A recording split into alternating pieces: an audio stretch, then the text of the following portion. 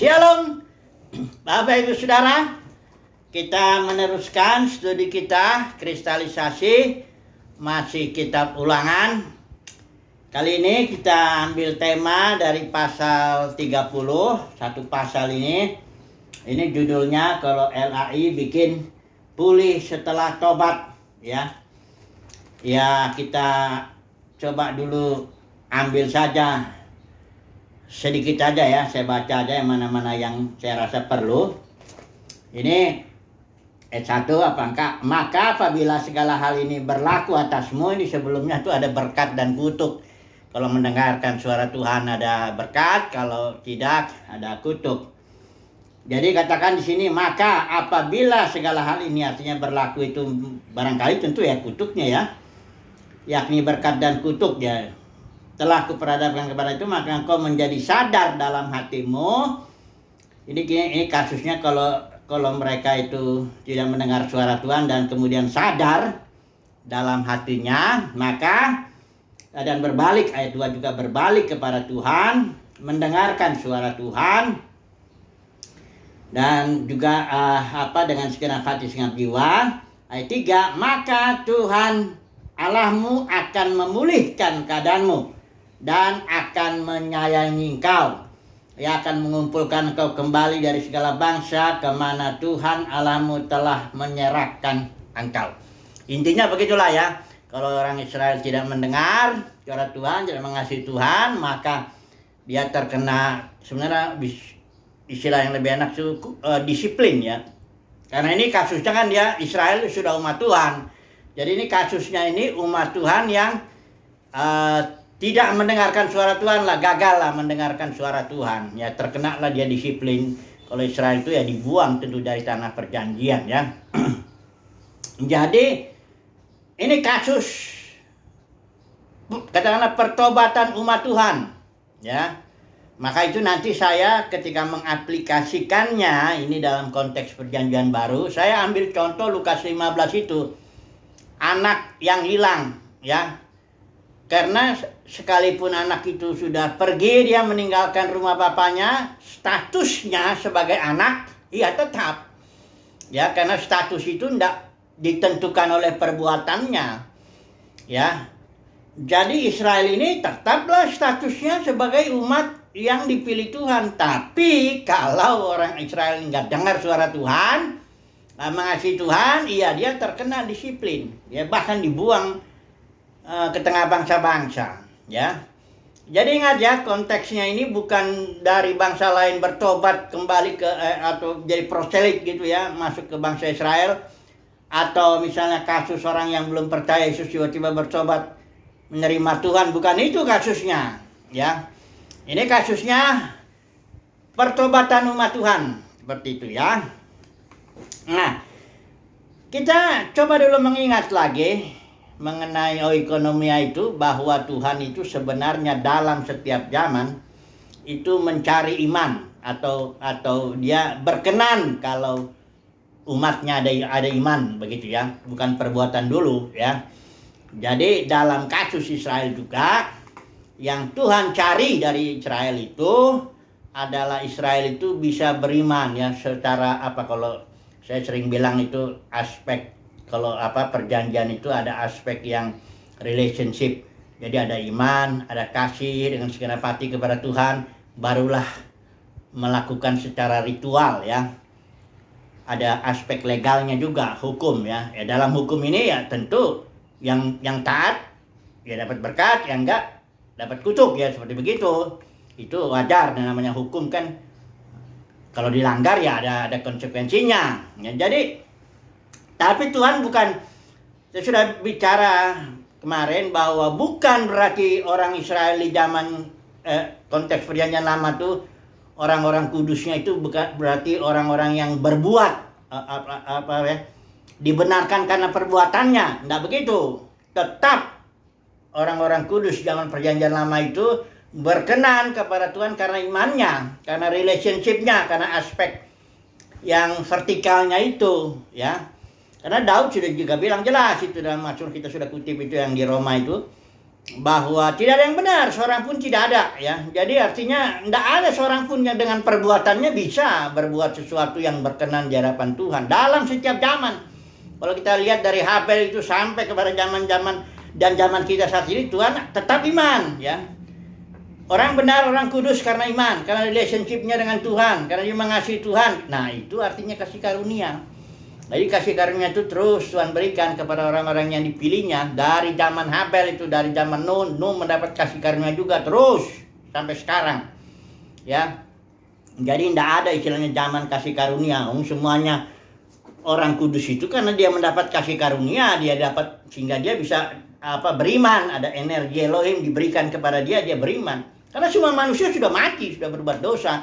Nggak mungkin lagi dia bisa mendengar suara Tuhan sehingga nimbul iman. Nggak mungkin lagi dia bisa berbuat sesuatu sehingga dia berkenan juga. Nggak bisa. Jadi setiap zaman orang kudus itu adalah orang yang mendapat kasih karunia sehingga dia timbul iman dalam hatinya. Mendapatkan energi Elohim sehingga dia bisa beriman. Barulah setiap orang kudus itu mengekspresikan kasihnya atau imannya kepada Tuhan itu dengan mentaati hukum yang berlaku pada zamannya, pada dispensasinya ya.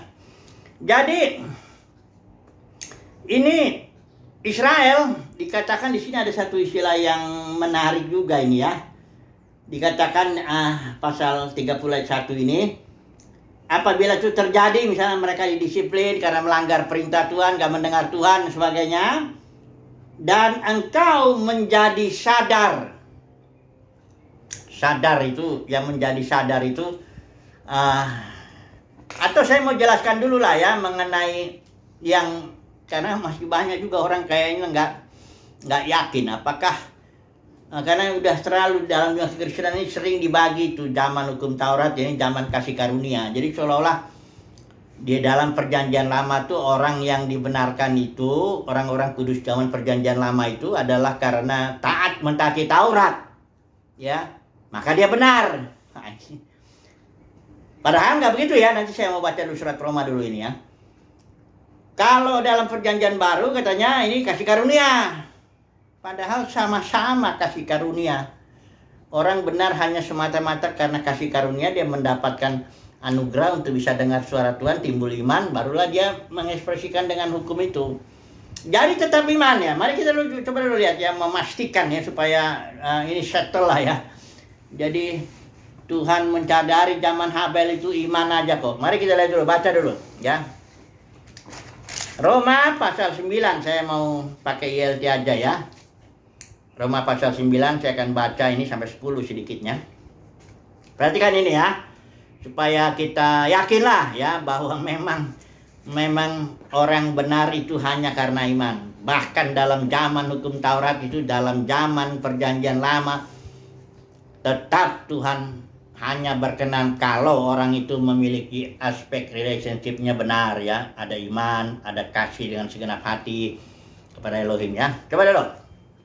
Kita lihat dulu Roma pasal 9. Saya baca dulu ayat yang 30 ya. Lalu kita akan, ini saya pakai ILT ya. Lalu kita akan mengatakan apa? Sebab bangsa-bangsa lain yang tidak mengejar kebenaran telah memperoleh kebenaran.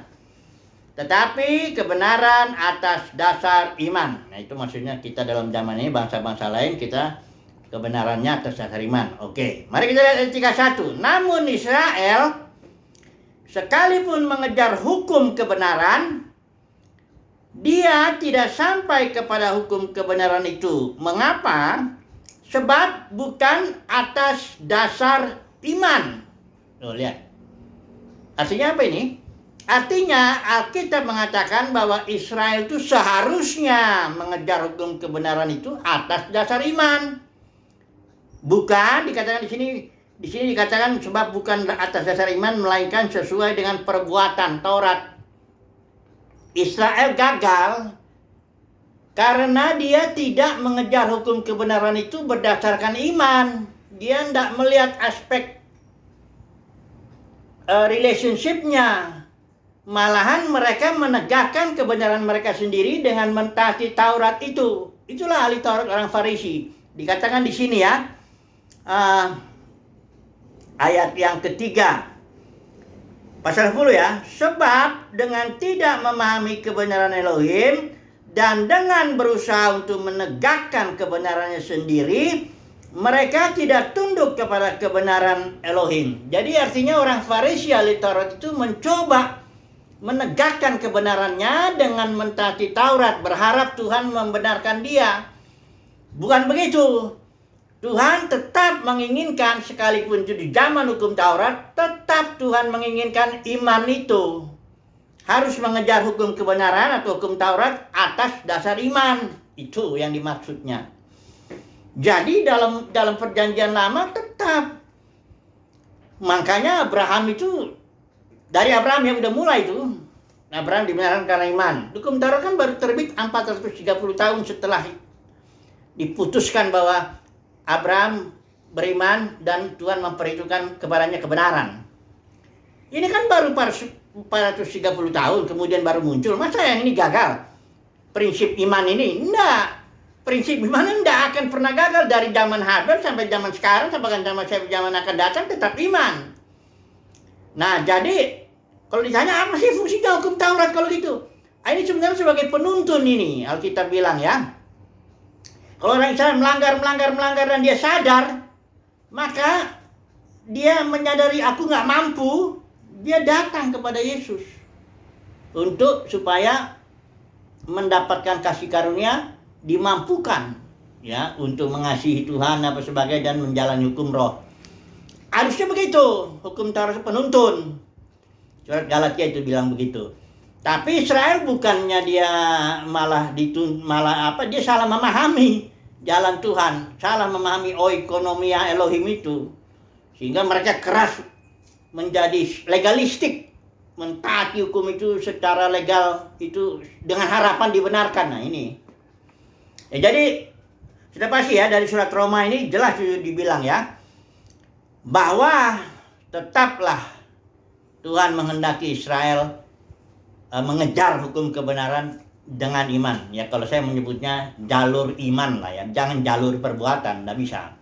Walaupun kita sudah tahu kemarin ya, ek pistis, eis pistis, itu istilahnya dari iman kepada iman atau oleh iman ke dalam iman kepada iman ya.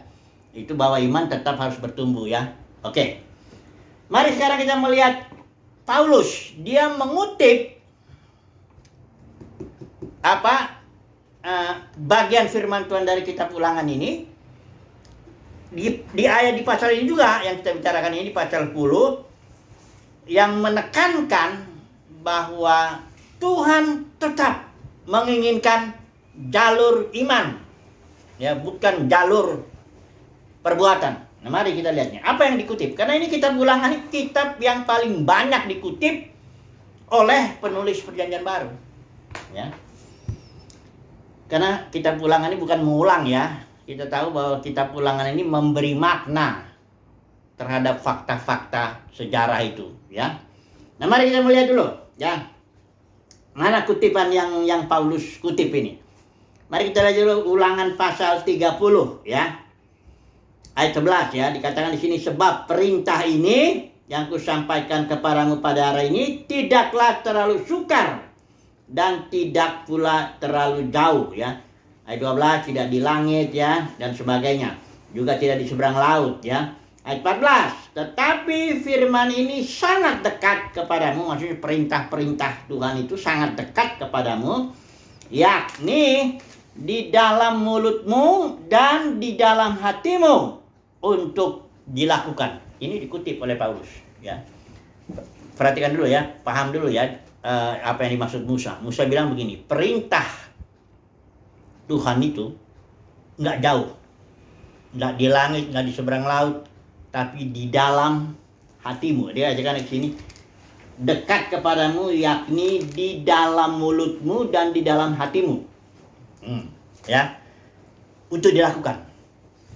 Kemudian Paulus mengutip prinsip bahwa firman itu dekat, tidak di sana, tidak di sini, tapi di dalam mulut dan di dalam hati. Nah, itu dikutip dari Roma pasal 10. Perhatikan ini. Saya baca lagi ya, ayat 5. Pasal 10 ya. Sebab Musa menuliskan kebenaran atas dasar Taurat, orang yang melakukannya akan hidup olehnya. Namun, ini dia yang dikutip sama Pak Paulus ini ya. Kebenaran atas dasar iman berkata demikian. Janganlah berkata di dalam hatimu, siapakah yang akan naik ke sorga. Artinya, bawa Kristus turun. Siapa yang turun ke dalam Abisos, yaitu bawa Kristus naik. Ayat 8 ini kutipannya nih. Sebaliknya apa yang dia katakan, kata Musa ini kata kutipannya, firman itu berada di dekatmu, di dalam mulutmu dan di dalam hatimu. Nah, Paulus memberi penafsiran seperti ini. Inilah firman iman yang kami beritakan, artinya jalur iman. Kami beritakan firman yang harus diresponi itu dengan jalur iman, jangan dengan jalur perbuatan. Karena orang benar itu hidup oleh iman. Tetapi itu prinsipnya ya. Nah, sekarang kita lihat di sini ya. Jadi bahwa tegas ini sudah ya, bahwa Tuhan menghendaki sisi relationship. Tuhan menghendaki umatnya beriman kepadanya, mengasihi dia dengan segenap hati, segenap akal budi, kemudian baru mengekspresikan imannya atau kasihnya itu, aspek relationship-nya diekspresikan dengan mentaati hukum yang berlaku pada zamannya itu. Udah ya, udah settle itulah ya. Semoga ini udah cukup jelas lah ya. Jadi jangan lagi jangan membandingkan hukum Taurat dengan kasih karunia, itu nggak betul. Karena di zaman perjanjian lama juga kasih karunia kok. Orang benar di zaman perjanjian lama, orang kudus yang di perjanjian lama karena mendapat kasih karunia. Kasih karunia untuk apa? Untuk beriman. Sama prinsipnya dengan perjanjian baru juga. Dalam perjanjian baru orang benar, orang kudus karena apa?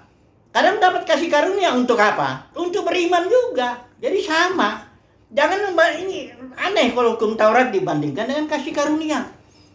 Hanya karena ada satu ayat di dalam Injil Yohanes itu, hukum Taurat Musa datang karena hukum Taurat datang melalui Musa, kasih karunia melalui Yesus gitu. Itu langsung dibilang berarti zaman perjanjian lama nggak ada kasih karunia. Ini namanya nggak paham ya. Saya udah bahas itu kemarin ya, jadi nggak diulang lagi ayat itu maksudnya.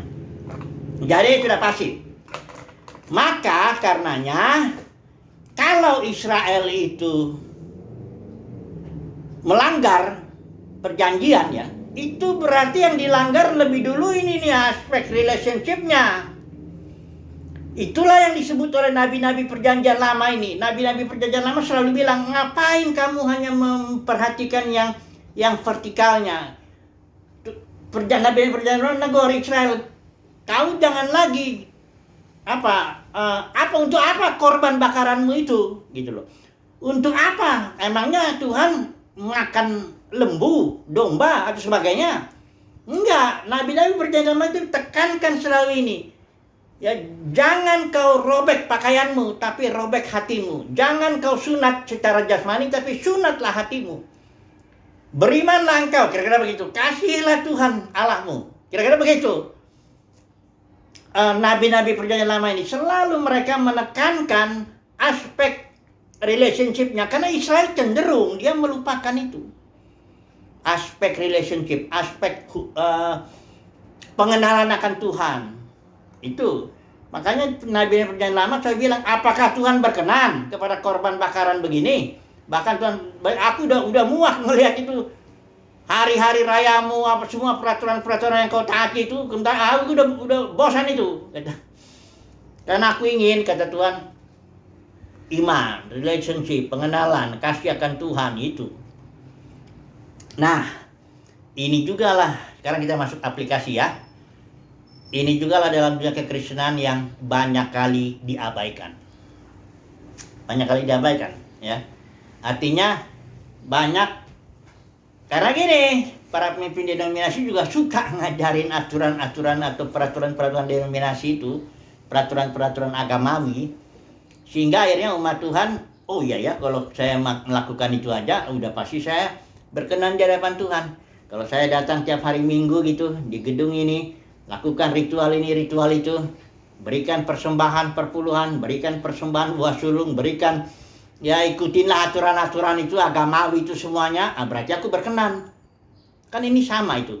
Sehingga akhirnya umat Tuhan melupakan bahwa Tuhan tidak mencari itu lebih dulu. Bahkan itu semua ajaran palsu aja semua tuh, perpuluhan, buah sulung, macam-macam itu. Ya, Tuhan mencari dulu relationship-nya. Ya, nanti kita masuk dia akan hilang nih ya. Saudara tahu enggak yang hilang itu? Itu bukan satu. Yang hilang itu dua. Coba dulu ya kita lihat. Ini banyak yang beri judul Alkitab itu, judulnya tuh enggak cocok dengan ceritanya. Ya, ini kan judul-judulnya enggak dari Tuhan. Ini penterjemah memberikan judul-judul. Makanya Alkitab saya itu banyak yang saya hapus judulnya. Saya bikin menurut judul saya, yang saya lihat sesuai isinya, yang kalau saya lihat itu. Nah, mari kita lihat Lukas 15 ya. Ini kita masuk aplikasi dulu ya, supaya kita, karena ini pertobatan umat pilihan Tuhan. Ini banyak dalam dunia kekristenan ini orang mesti bertobatnya. Kenapa? Nah ini dia, kita lihat dulu ya. Mirip-mirip dengan anak yang hilang lah.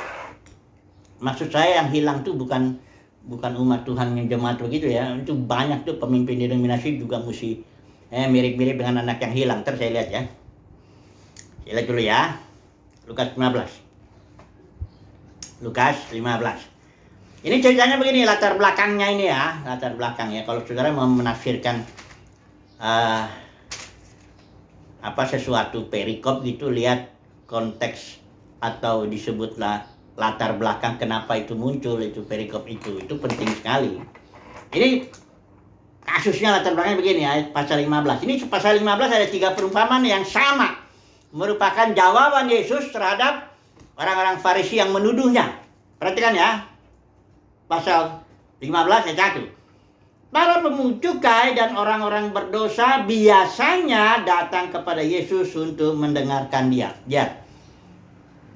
Para pemungut cukai itu malah orang-orang berdosa, dia menekankan aspek relationship-nya, dia mau mendengar Yesus, ya. Tapi ayat 2, maka bersungut-sungutlah orang Farisi dan ahli Taurat, katanya, ia menerima orang-orang berdosa dan makan itu fellowship artinya ya. Makan bersama-sama dengan mereka. Ayat 3 inilah jawaban Yesus dalam bentuk perumpamaan yang 3 itu. Lalu ia mengatakan perumpamaan ini kepada mereka, pada orang Farisi itu. Jawabnya yang pertama diberi judul perumpamaan tentang domba yang hilang. Sebenarnya jawaban Yesus itu fokusnya kepada Bapa, kepada Roh Kudus, kepada Yesus, pada kasihnya. Karena begini, ini yang fokusnya tuh bukan orang yang hilang, bukan domba hilang. Fokusnya kepada gembala yang baik ya. Jadi kalau pasal 15 judulnya ini jangan perumpamaan tentang domba yang hilang, tapi perumpamaan tentang gembala yang baik. Karena fokusnya Yesus bilang, ini loh, kenapa aku menerima orang-orang berdosa ini, pemungut cukai ini bergaul dengan aku, karena aku sebagai gembala yang baik itu dikatakan mencari yang hilang sampai dapat. Ya. Ini jawaban yang pertama ya. Yang kedua, atau ayat 8 itu pasal 15 dimulai dengan atau perempuan, manakah ini tentang dirham. Fokusnya soal perempuan ini yang adalah Roh Kudus lah simbolnya. Bukan dirhamnya, tapi bahwa Roh Kudus ini dengan teliti mencari sampai dapat karena kasihnya. Baru yang perumpamaan ini yang perumpamaan ketiga itu bukan anak yang hilang. Seolah-olah kalau anak yang hilang itu kayaknya cuma satu yang hilang. Enggak, ini dua-duanya hilang, nanti kita lihat ya. Ini adalah judulnya harusnya perumpamaan tentang Bapa yang penuh kasih. Karena jawaban Yesus itu menjelaskan tentang dirinya, tentang Roh Kudus, dan tentang Bapa di sorga. Kan jadi tuduh Yesus itu. Kau ini bergaul dengan orang berdosa, dengan pungut cukai. Yesus bilang, ini aku gembala yang baik. Mencari domba. Kemudian perumpamaan berikut, dirham. Roh Kudus juga dengan teliti mencari yang hilang. Kemudian Bapa yang baik ini, yang penuh kasih. Nah, kita lihatnya. Anaknya yang dua-duanya hilang. Kenapa hilang? Karena aspek relationship kedua anak ini putus, rusak. Coba dulu yang pertama ya. Yang pertama terang-terangan. Ini anaknya. Dia bilang kan, Bapak berikan bagian yang menjadi milikku. Saya itu anak itu yang pergi ke negeri jauh tuh. Dia menghampur-hampurkan segala harta benda bapaknya itu. Cuma hartanya dia lah, kan itu bagian dia kan. Karena dia anak. Dia habiskan itu di negeri jauh dengan fellowship dengan para pelacur apa semuanya itu kan. Akhirnya dia jadi bangkrut. Nah, kenapa anak ini hilang? Anak yang ini bungsu yang hilang itu ya, yang pergi ke negeri jauh. Hilangnya karena begini, sebenarnya karena tegasnya gini, Bapak aku nggak suka di rumah ini. Sekalipun semua yang di rumah ini ya rumah bagianku juga, tapi aku nggak suka. Aku nggak suka, ya tegasnya nggak suka fellowship dengan Bapak. Ya, aku nggak suka makan bersama dengan Bapak, ya bergaul dengan Bapak, berfellowship dengan Bapak. Aku sukanya berfellowship dengan para pelacur sana, dengan teman-temanku yang di sana yang sebagainya itu. Ya, itu kira-kira tegasnya si anak yang hilang ini ngomong ini, si bungsu. Ya, hilangnya kenapa? Karena ini hilangnya bukan karena dia pergi dari rumah bapaknya pergi ke negeri jauh, bukan itu hilangnya. Hilangnya karena dia tidak suka fellowship dengan bapaknya. Itu dia hilang. Karena suruh lihat nanti anak yang sulung itu hilang juga. Kenapa dia hilang? Ceritanya begini, setelah anak yang bungsu itu datang, bapaknya terima. Bikin pesta. Anak sulungnya pulang dari ladang, kerja dia ngerjain pekerjaan bapaknya. Coba dia lihat tuh, ada apa? Pesta-pesta begitu, ditanya. Panggil seorang hambanya, ada apa? Itu adekmu udah pulang dan bapakmu bikin pesta. Wah, marah langsung yang sulung ini, nggak mau masuk dia. Nah, ini untung bapak ini memang bapak yang penuh kasih. Bapaknya keluar, rendah hati sekali nih bapak ini keluar. Dia ngomong sama yang sulung, kenapa? Kan ini adekmu, dia sudah mati, sekarang hidup kembali, kita harus bersukacita, katanya bapaknya. Terus yang jawaban yang sulung ini perhatikan ini, saya baca dulu ya. Ini dia tandanya dia itu juga nggak suka bersekutu dengan bapaknya. Coba lihat. Tetapi ayat 29 ya. Tetapi yang menjawab ayahnya, katanya yang sulung ngomong, telah bertahun-tahun aku melayani bapak dan belum pernah aku melanggar perintah bapak. Tetapi kepadaku belum pernah bapak memberikan seekor anak kambing untuk apa? Untuk bersukacita dengan sahabat-sahabatku. Jadi dia ini nggak senang bersukacita dengan bapaknya. Si anak yang sulung ini yang kerja keras mentaati peraturan itu, sisi horizontalnya, sisi legalnya ditaatin sama yang si sulung ini. Tapi dia sisi relationshipnya, dia nggak suka. Dia cuma tunggu kapan bapakku ini ngasih aku anak kambing supaya aku bersukacita dengan sahabat-sahabatku. Sama nggak prinsipnya itu? Hilang dengan anak sulung dengan anak bungsu. Sama. Hanya bedanya kalau anak bungsu terang-terangan dia senangnya berfellowship sama pelacur dan semua di sana. Sementara anak yang bungsu dia mentaati bapaknya. Anak yang bungsu. Anak yang bungsu senangnya di sana dengan pelacur ini. Anak yang sulung ditaatin semua peraturan bapaknya, tapi dia sebenarnya nggak suka berfellowship, bersukacita dengan bapaknya. Dia ingin bersukacita dengan sahabat-sahabatnya, cuman nggak dikasih kesempatan. Bapaknya kok nggak ngasih ikan kambing gitu loh. Jadi kalau saya bilang gini ya, anak sulung ini tetap anak dua-duanya ya. Anak sulung ini barangkali ini kalau lihat di analogikan, ini orang Kristen yang hilang, yang terang-terangan dia hilang, pergi ninggalin Tuhan, ninggalin gereja, gitu, pertemuan gereja, ninggalin semuanya lah. Ya, terang-terangan dia, aku nggak suka fellowship kok gitu, muji-muji Tuhan, nyembah-nyembah Tuhan, apa nggak suka. Ya. Sementara anak sulung ini mirip ini dengan para pemimpin denominasi barangkali yang saya udah pernah bilang ya, saya nggak ngejelekin.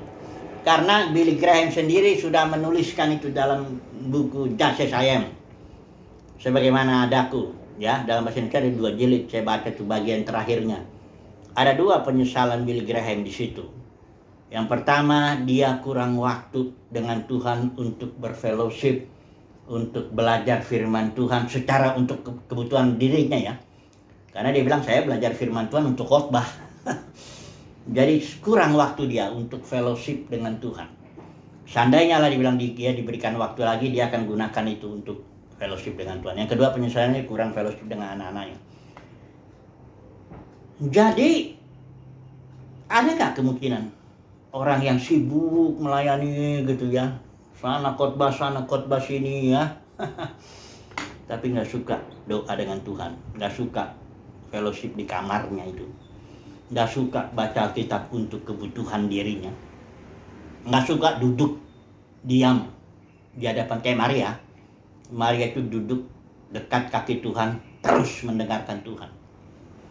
Banyak kan orang-orang kan, pemimpin denominasi ini cuma anak yang hilang juga barangkali, kalau lebih senang pelayanan daripada mendengarkan suara Tuhan.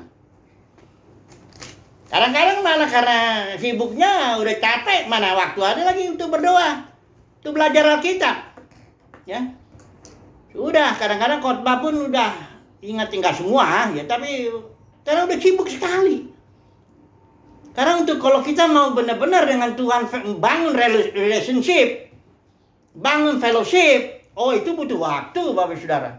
Nggak bisa main asal sembarangan bangun tidur capek gitu, habis pelayanan gitu, capek. Doa, udah selesai, besok lagi, sibuk lagi. Kapan waktu untuk, makanya ada istilahnya retreat ya. Dalam dunia Kristen itu ada istilah retreat. Tapi kalau orang cinta Tuhan nggak perlu retreat, bagaimana? Itu tandanya bahwa karena orang yang melakukan kehendak Tuhan tuh makan, nggak perlu retreat. Yesus tuh makan. Dia selalu ada waktu. Dia makan dulu, fellowship dulu dengan Bapa, baru dia melakukan pekerjaan yang adalah kehendak Bapa. Melayani kan melakukan kehendak Bapa. Dia makan.